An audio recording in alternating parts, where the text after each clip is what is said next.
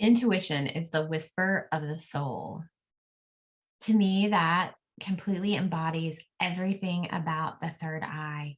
It's the wisdom, it's listening to our soul, it's trusting our own inner wisdom and connecting to it.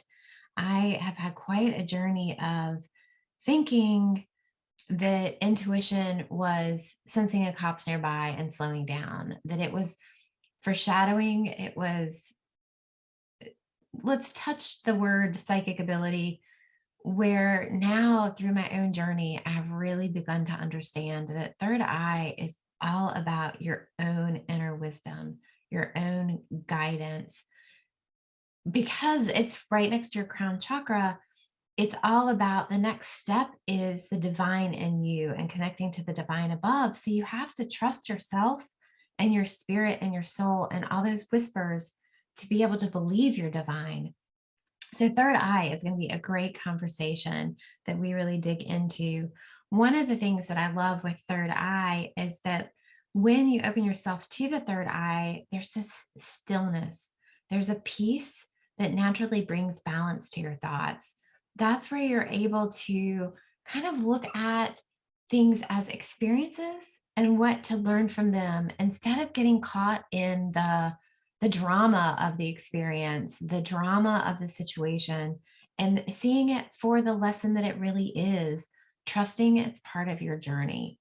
So I truly believe that third eye is so much more about trust, trusting the journey, trusting yourself. And I'm excited to dig into that today as we talk deeper about third eye.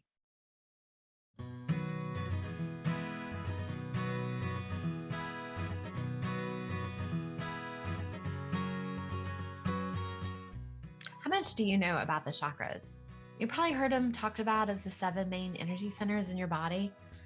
You may have heard of them in yoga class, through guided meditation, or in Reiki. Maybe you know a little bit about the chakras, but aren't really sure how to use them to guide you. I'm creating a deep dive into the chakras and color therapy for the next 8 weeks. Each week, my guest and I will discuss one chakra, how they've connected to the energy of that chakra through their journey, and how they feel guided or inspired by the energy. Sound interesting? I hope you'll enjoy the conversation. Let's get started.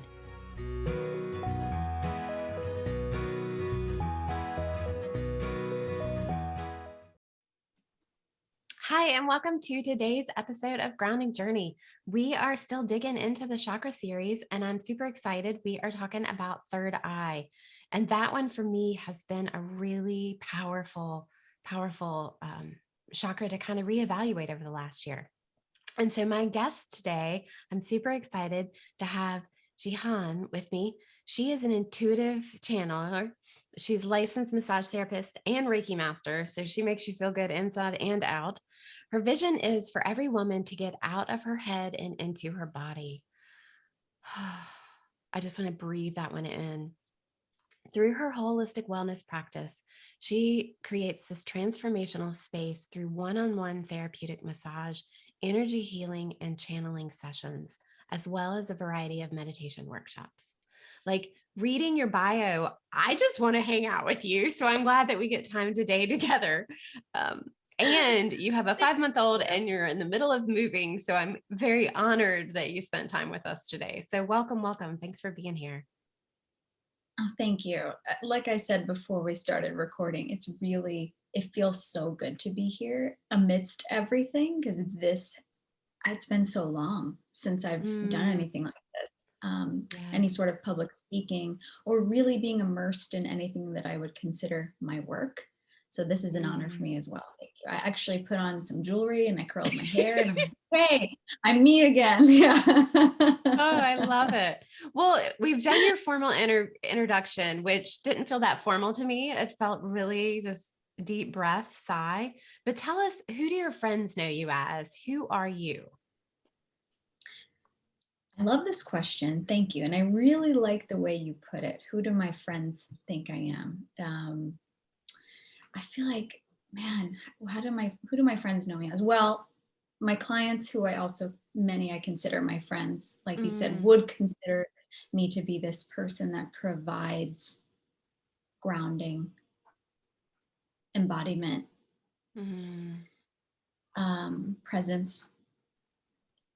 Outside of that, who I am in my everyday, I would say I'm funny, I'm thoughtful, I listen well, I'm a mother, like you said. Yes. I what else? Who am I? Hmm. It's a good question. Yeah. The what wants to come out, I'm like, stop. It's a nice dance, right? I want women to get Hmm. out of their head and into their body, but I keep feeling myself going up into my head and judging what I'm about to say. But Mm. how I would just, yeah, and I feel a lot of, not only women, but a lot of people feel that should I Hmm. say this the right thing? What is Cris? What are the listeners going to think when I say this? Does this sound boastful? Yes. But I think bragging is actually really important. I think it's important to brag on yourself, Mm. um, and to honor yourself and your strengths. So my strengths, with that being said, my strengths are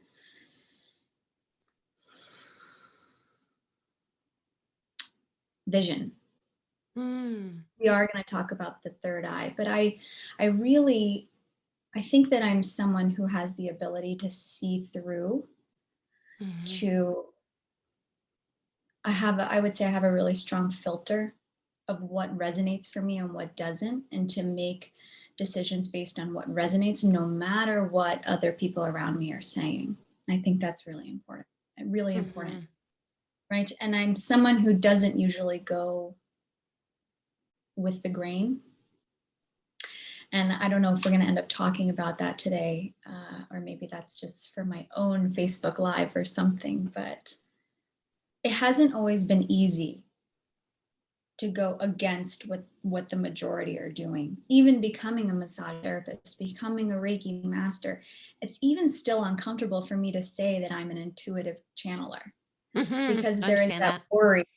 Yeah, like, oh man, are people going to think I'm crazy? Right? Or are they Hmm. going to think, what are they going to think, that I'm lying? Or, that's all Right. this part of my Yes. brain, you know?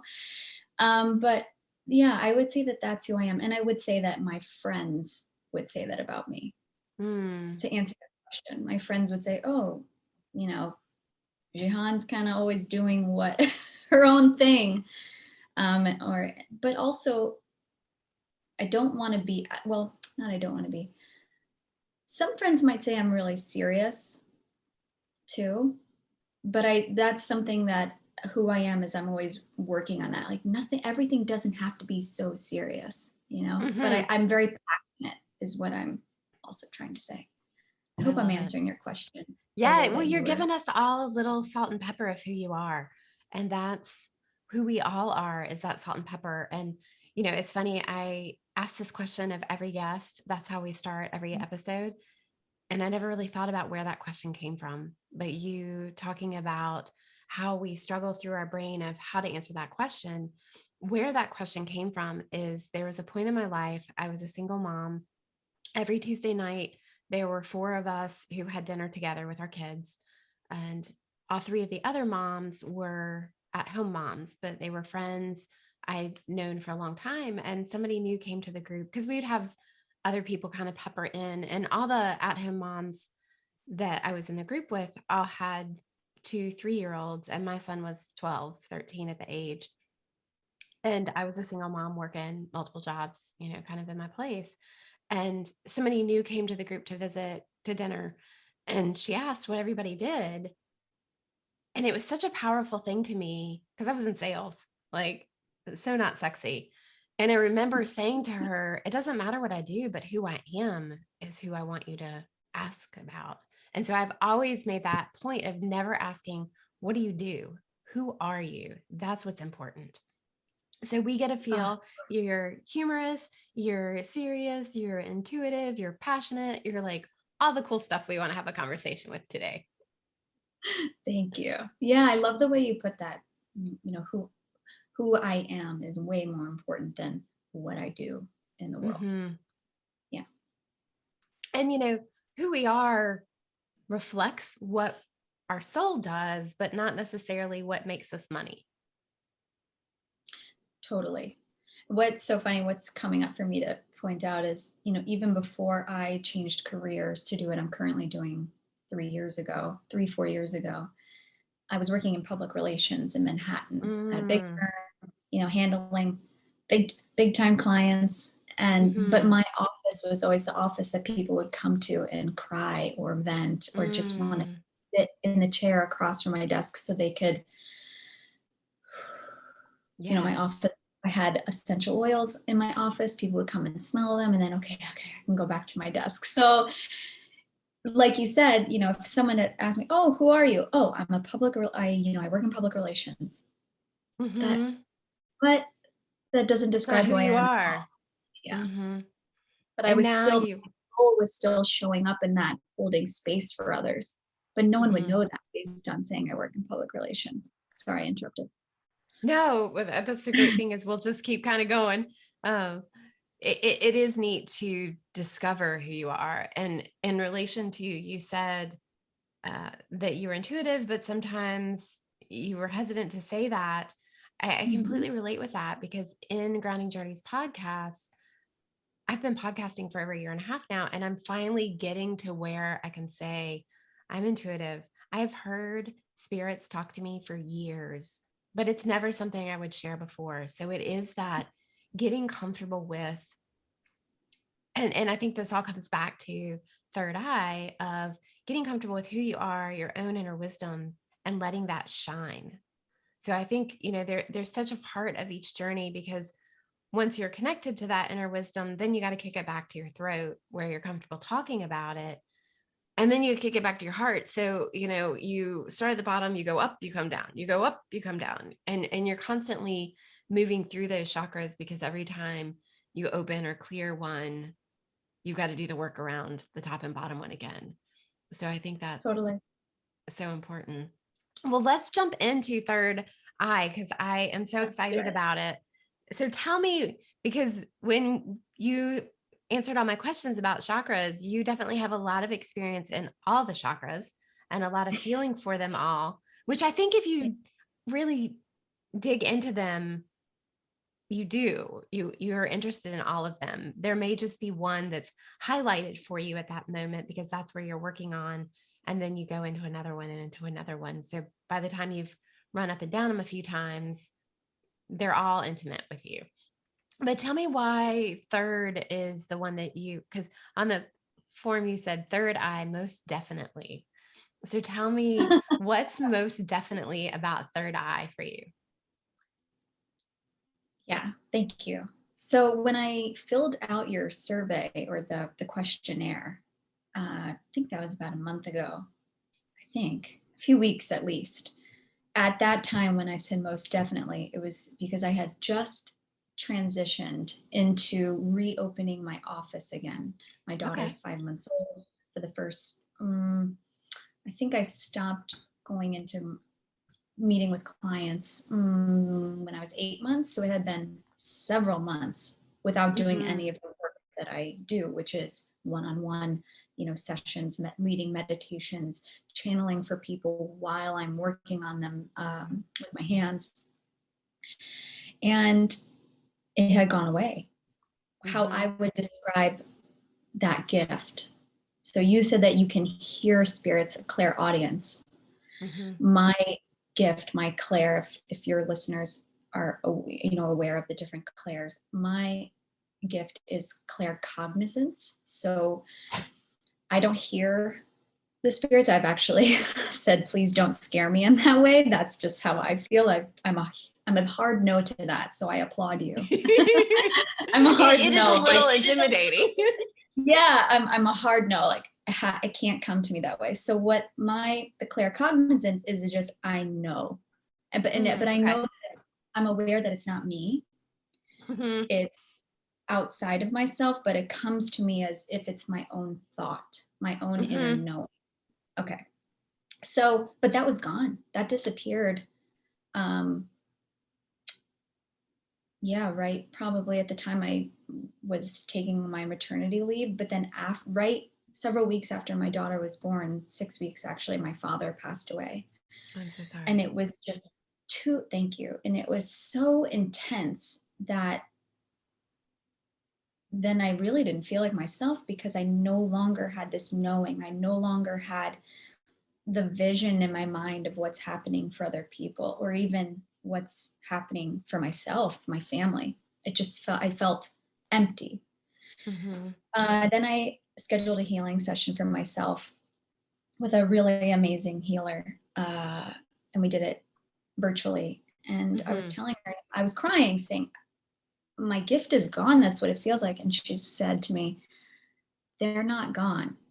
They are aware that you're so overburdened, so like Mhm. burnt out, and they love you so much that they're letting you be so that you can come back to yourself.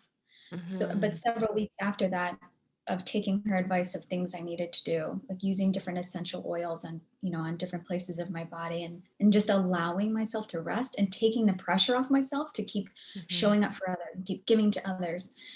But at the time I filled out your survey, I had just reopened my office, and stronger than ever did I feel Mhm. this connection, this third eye connection of the reason, and even allowing myself and believing this is happening, no longer Mhm. questioning. Um, so that's why I said third eye, because it was just coming back stronger than ever. I had a virtual client, a virtual Reiki client, and she said at the end of the session, that was the strongest session we've ever had. Mhm. And I also felt that why third eye is, even with my father's passing and being a first time mom and finding out that we needed to move within 60 days, I was able to access the knowing that I'm always protected, that everything is happening as it should, that Mhm. I have this, it's not Jihan, me having the strength to get through, it's me trusting that there is a connection and a source power, and that I am that, as we all are. That's why I said the third eye, because it's been a lot happening. Mhm. I'm still here, and there's so much to be grateful for. Not to minimize. I think that's something I'm just going to say women, a lot of women do, a lot of people do, is we minimize, like, well, I know this terrible thing is happening, but I'm grateful for this, and I just need to find the gratitude for that. But that's not experiencing your experience. Mhm. Absolutely. And the third, and for me,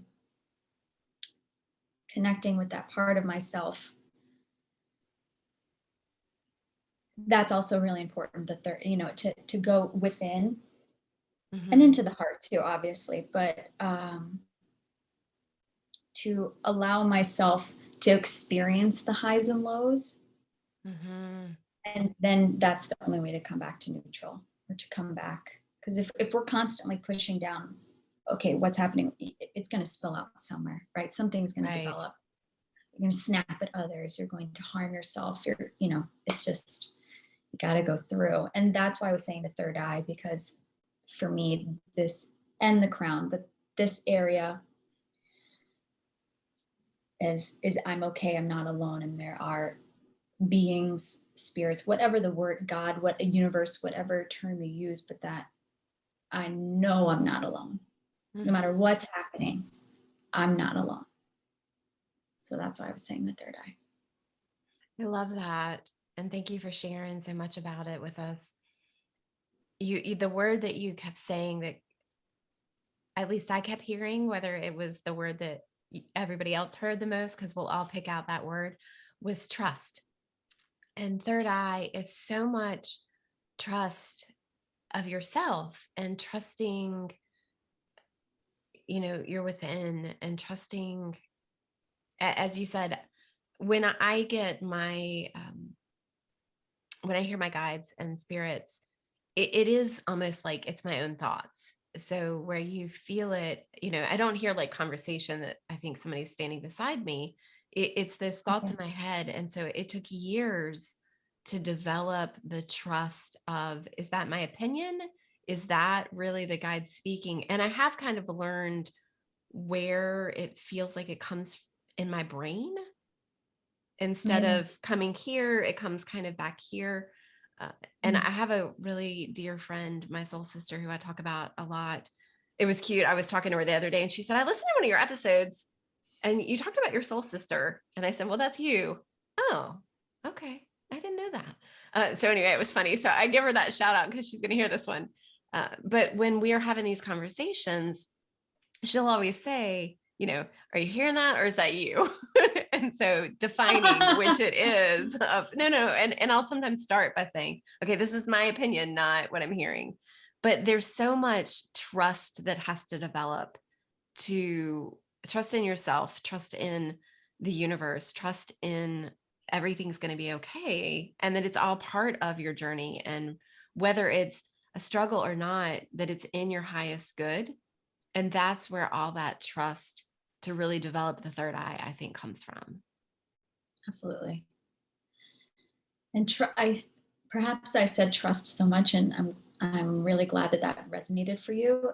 Is that I mean, I'm 30. Oh my gosh, I almost said I'm 35. I'm 36, and it has taken me just about 36 years, 35 years to lean into trust. Mm-hmm. I mean,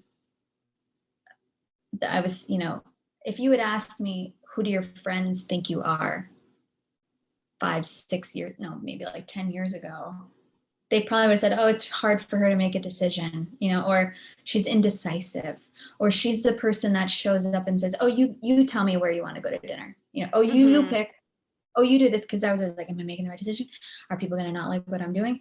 Oh no, what if I pick something it was just so hard for me until learning to to get into that third eye space, to allow my crown to open, to heal what was happening in my heart chakra, in my Mm. solar plexus, of standing in who I am and how I show up, so I love that you picked that up, and I'm really glad you pointed it out to me, because trust was not a strength of mine for a very Mm. long time. Yeah. And it's so, we have to trust ourselves to be able to trust anybody else. And so as Oh, we're developing that, it's so vital. And I think we keep developing it on different levels and deeper. So share with me a little bit about your journey to opening your third eye and connecting with being an intuitive. it's a great question. I don't think I ever thought about this. Um, I would have to, so I grew up, my parents separated when I was 2 years old. So I don't have any memories of not having two households. That's how my childhood was. And both households had abuse. They were abusive households. One was more emotional, and then the other was physical and emotional and sexual. So lots of abuse. And I always knew when that was going to happen. I can remember vividly being in the car driving home with my mom and telling her, please, like, can we go somewhere else? We can't go back there. He's going to do it again. There was always a knowing.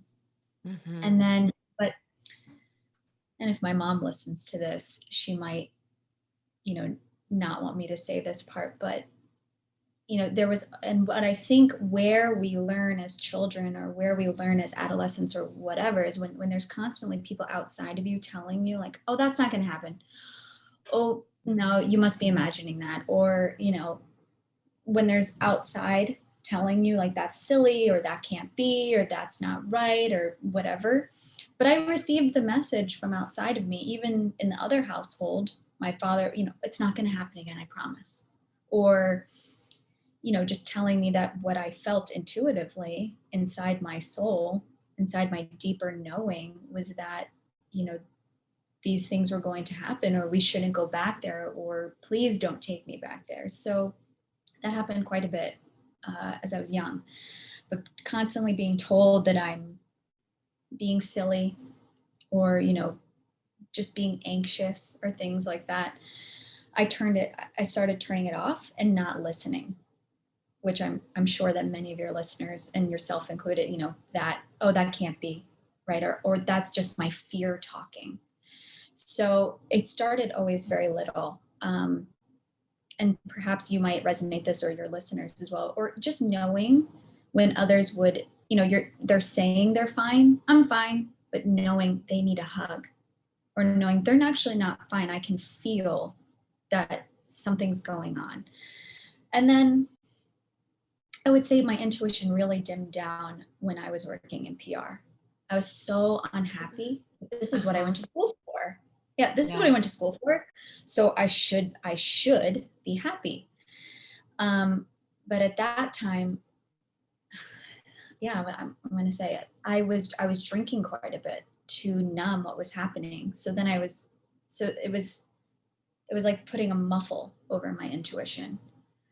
Just so unhappy, realizing I need a change, but going out all the time, going to happy hours, having drinks at dinner, having after dinner drinks. But that's what everyone was doing around me. So, okay, this must be what you do. Everyone hates their job. So everyone, I like, you can either be happy or you can make money. That was my idea. So really a lot of years of just dimming it down. And then I was introduced to essential oils, and I felt very drawn to take a class called the Aromatouch workshop to learn how to do the Aromatouch technique, which is a hands-on therapeutic treatment. And before we started rolling, you said that you were actually diffusing the Aromatouch oil, which is no coincidence because there aren't any coincidences. But I was like, what, this sounds interesting. I want to learn how to apply oils to the body. And sitting there, I had a partner who was, she was laying on the massage table, and I placed my hands on her, and I had this feeling of, I know what I'm doing, even though I'd never worked on anyone. I probably had only had one massage my whole life. So I'm like, oh, this feels okay. And we go through it, and the person on the table turns and says to me, have you done this before? And so I think that's when it started to come back, because I'd never had a feeling like that before of, oh, I know what I'm doing without anyone actually telling me what to do. And then the more that I dove into using essential oils and started branching out to study different holistic techniques, it started like opening. Finding meditation helped it open. That's a good one. Yeah, really, because I was like, oh, I can't meditate. No, because I had too much going on. But that's always a sign that that's when you need it the most, right? There's a saying, yes.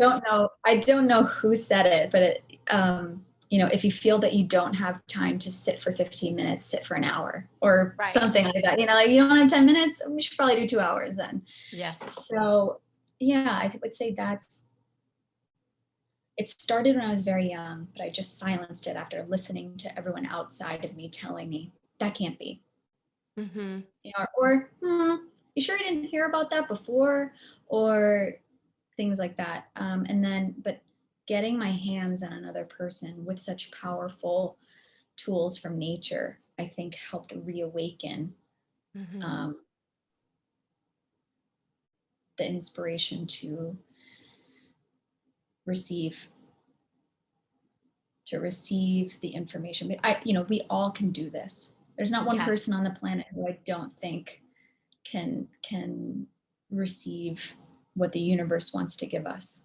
But it is about trust and settling and being present and still and quiet and not busy all the time or distracting yourself. Yes. Well, I want to say first off, thank you for your vulnerability. Thank you for sharing where you were when you were younger. And I have 2 comments I want to say about that. I appreciate you sharing your vulnerability so that listeners who have been through those kind of experiences can also say, oh, it's not gone. I can reconnect to that. I can move through this and come back to that inner knowing and intuition. So thank you for that gift of saying it can be here. It doesn't have to always be roses, which is something else you've kind of shared earlier in the podcast of moving through those things. And then another part of it, I think, is acknowledging that we all come to this life open and intuitive.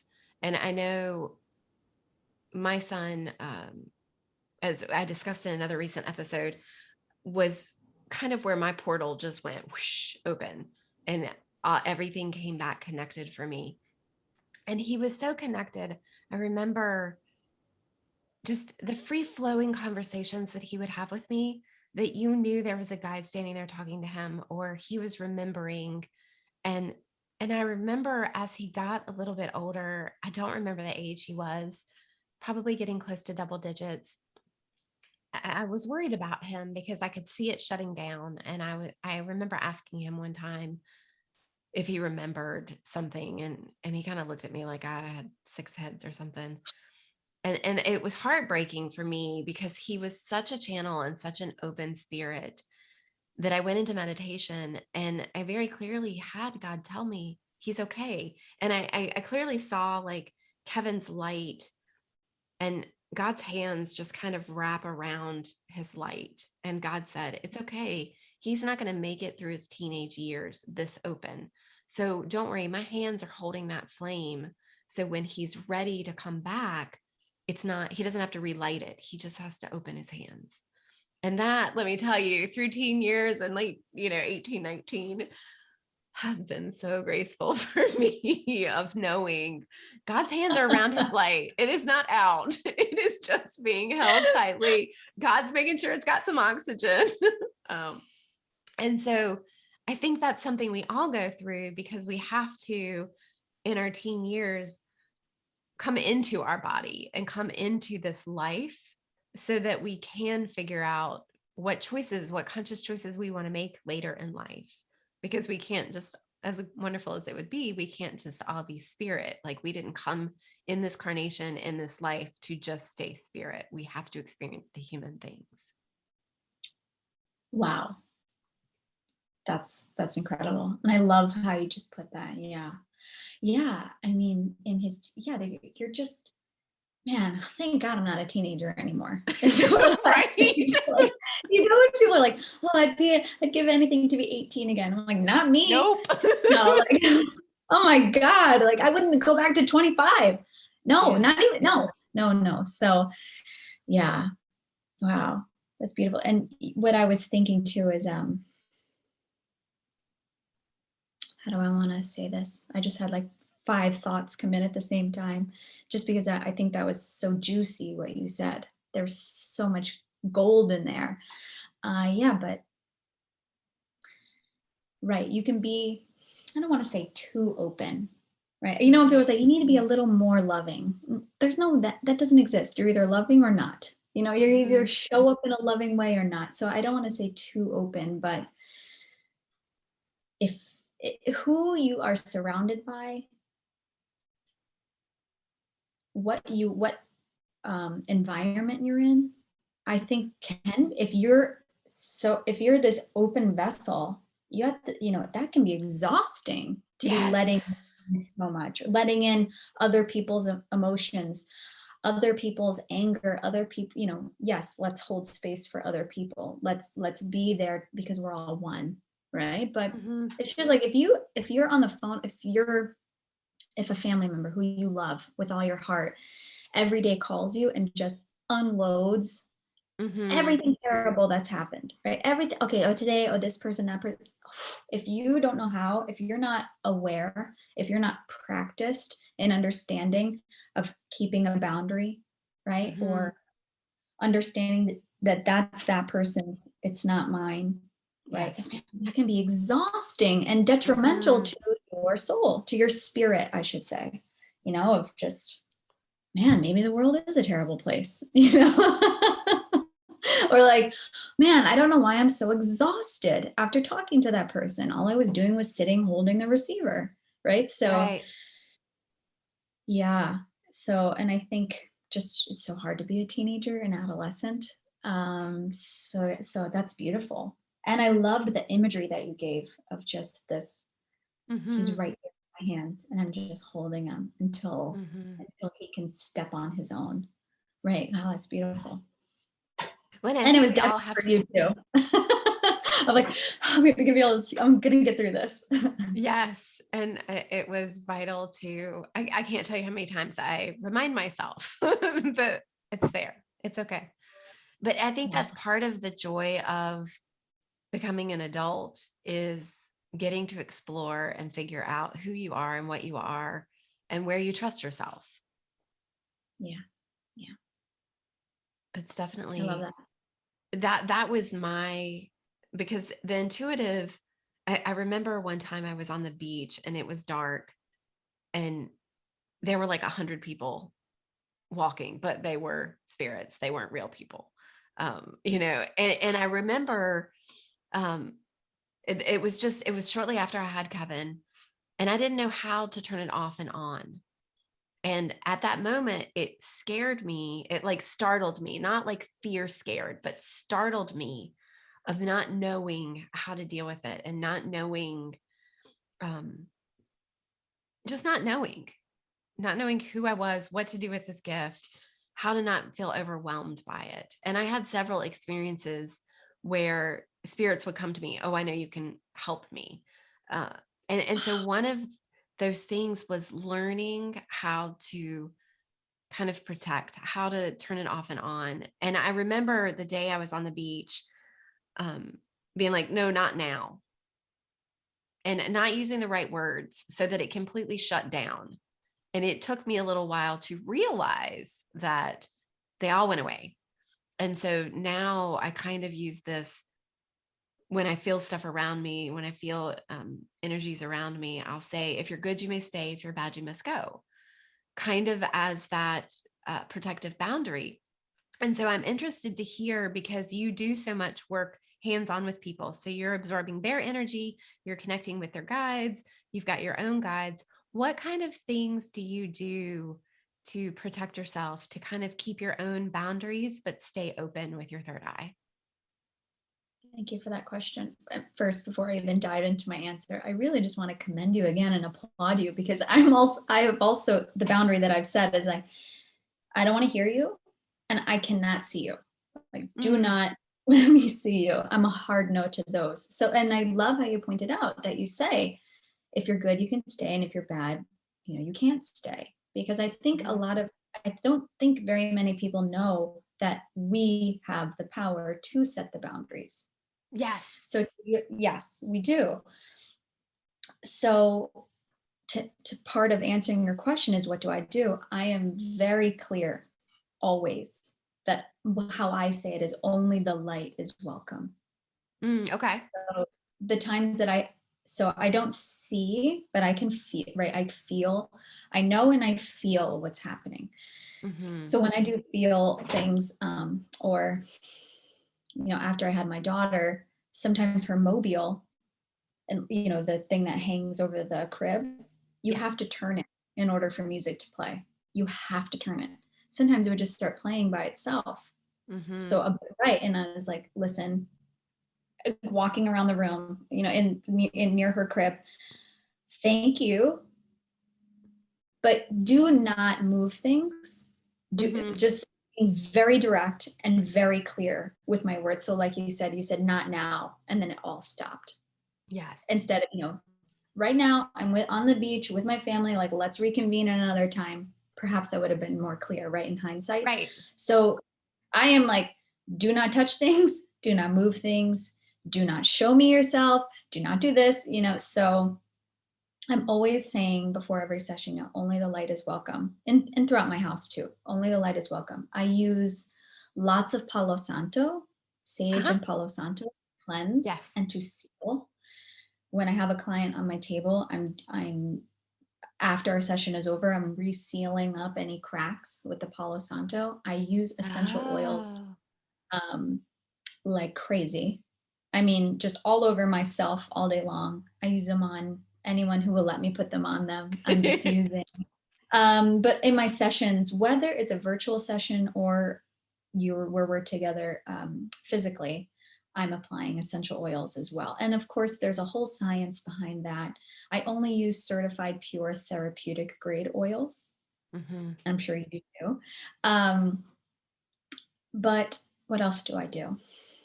I drink a lot of water. And I Yes. always tell every client, again, virtual or in person, drink a ton of water. And my little tagline that I've made up is I say, aim to pee. And I always tell people,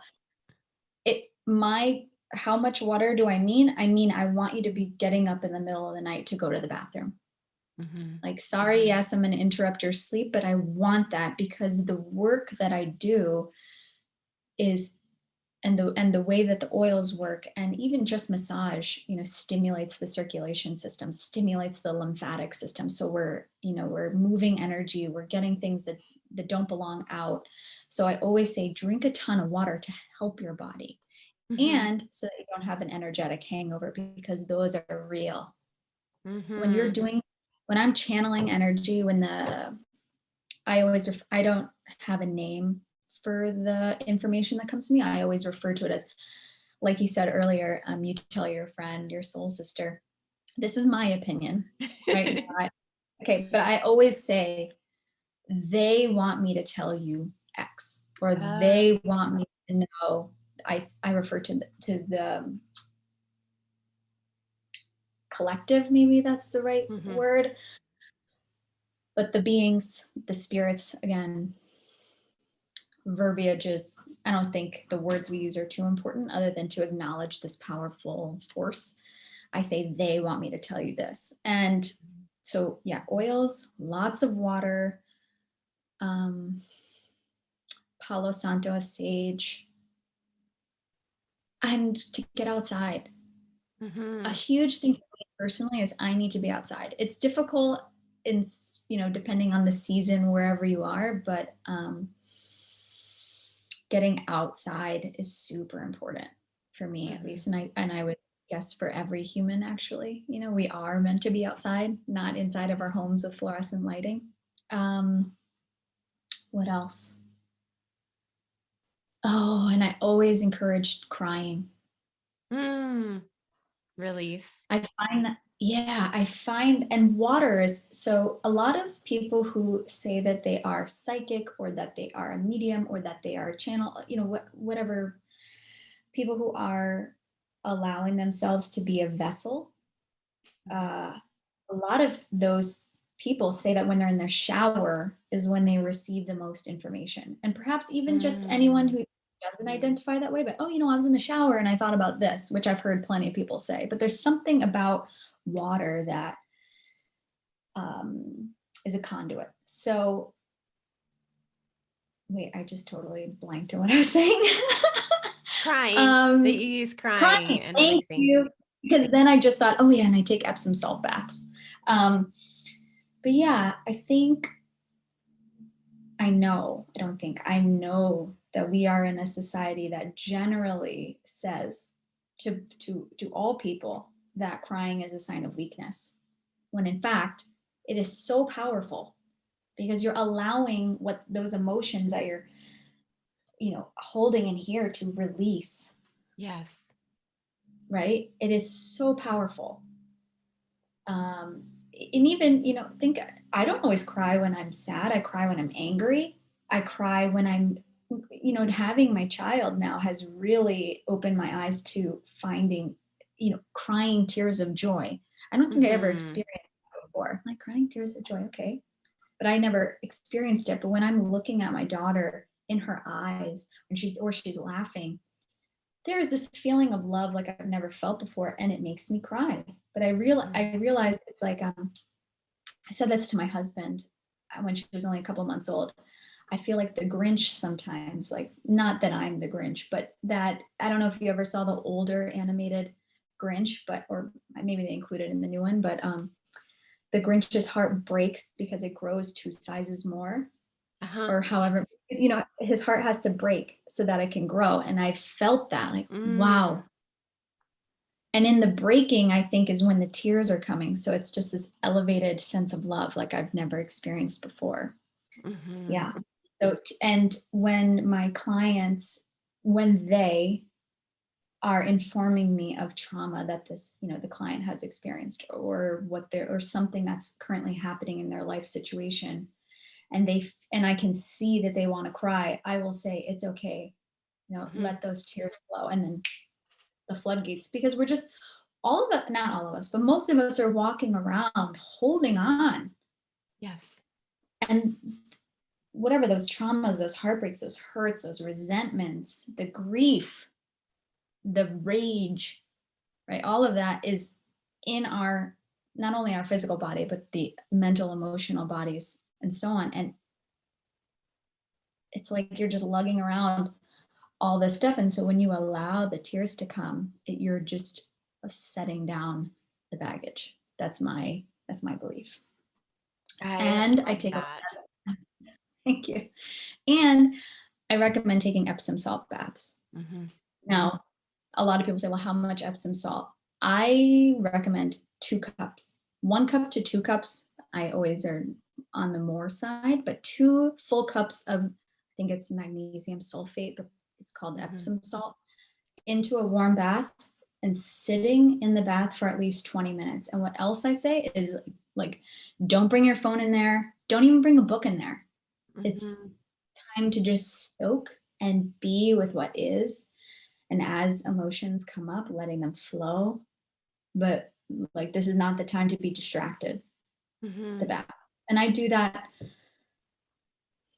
I would like to say that I take an Epsom salt bath every time I see a client, but that's not true. But if I've seen 2 or 3 people that day, I'm in the bath as soon as I get back to my house. Just to make sure that anything that I've picked up that's not mine goes. Now, if you're not someone who works on others or holds space the way that I do, but even you, Chris, like that, you're holding space right now, and everyone, you're holding space for not only me, but everyone who's listening.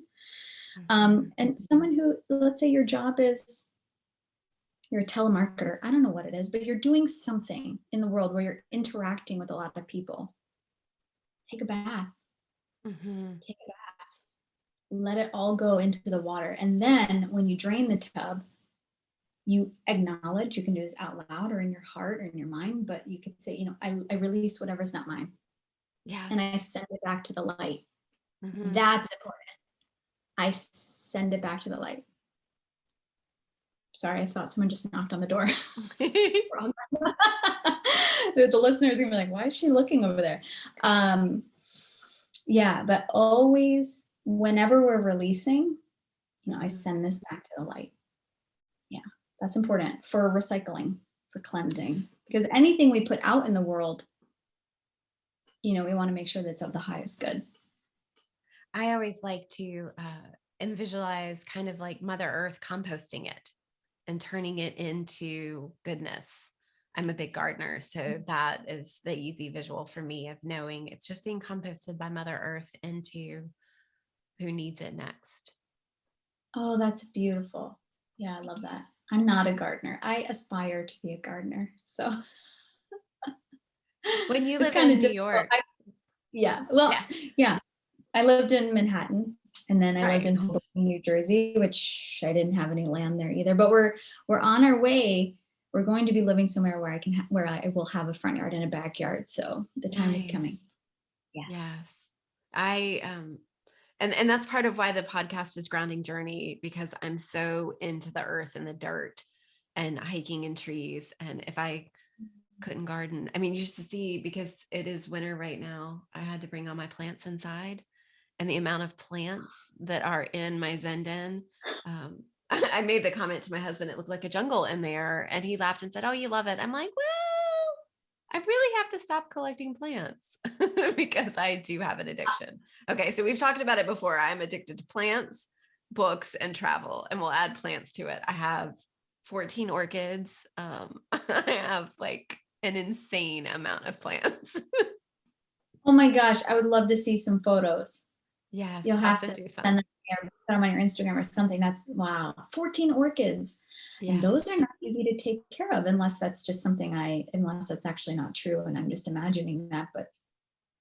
They're not super easy, but I have so many and I have had them for so long that they're in a particular cycle. So they're easy the way that I cycle with them and stuff. Or I've just been having orchids for so long that it's easy to me. Got it. So, okay. But I love them. Yes, for sure. Can't wait to have orchids. But yeah, I'll do that. I'll post some pictures so you can see what my I'm looking because my office is across the hall from my Zen den, and the amount of plants that are in there right now. And we have a new kitten who is on screen at the moment, and she's only been with us 3 weeks, and the amount of plants she's decimating right now of eating on them and chewing on them. So I've had to move them all out of her reach. So it's quite funny.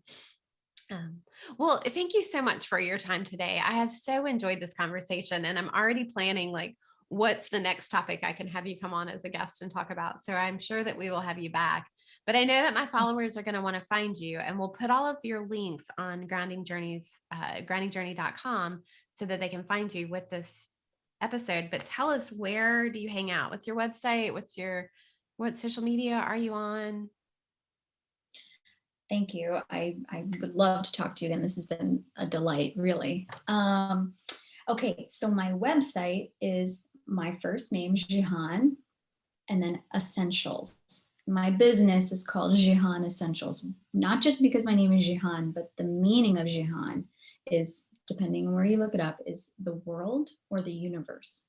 And so universal essentials, world essentials.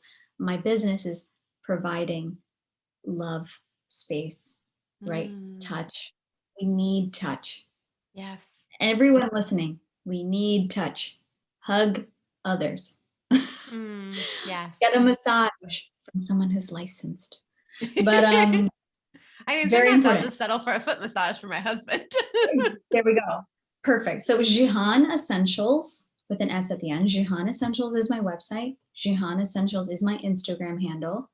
I am on Facebook. I have a business page, but I'm really not there on my business page. If you want to reach me, you can contact me through my website, the very bottom of the website, or you can go onto my Instagram and send me a DM, or just start following me if you'd like more of me.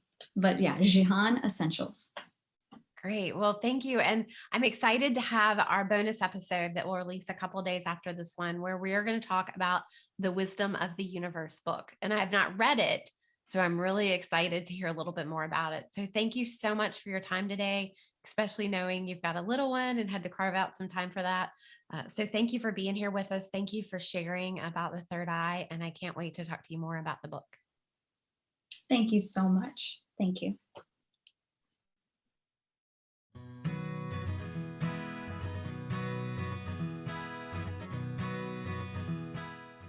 Thanks for being a part of my journey. I would love to be part of yours. The podcast has inspired me to create an entire line of products available now on Etsy. I started with a chakra yoga card deck, added meditation set kits, altar kits, home blessing kits, and even a crystal chakra set. I'd love for you to check it out on my website, groundingjourney.com. There you'll find all the products and the links to purchase them on.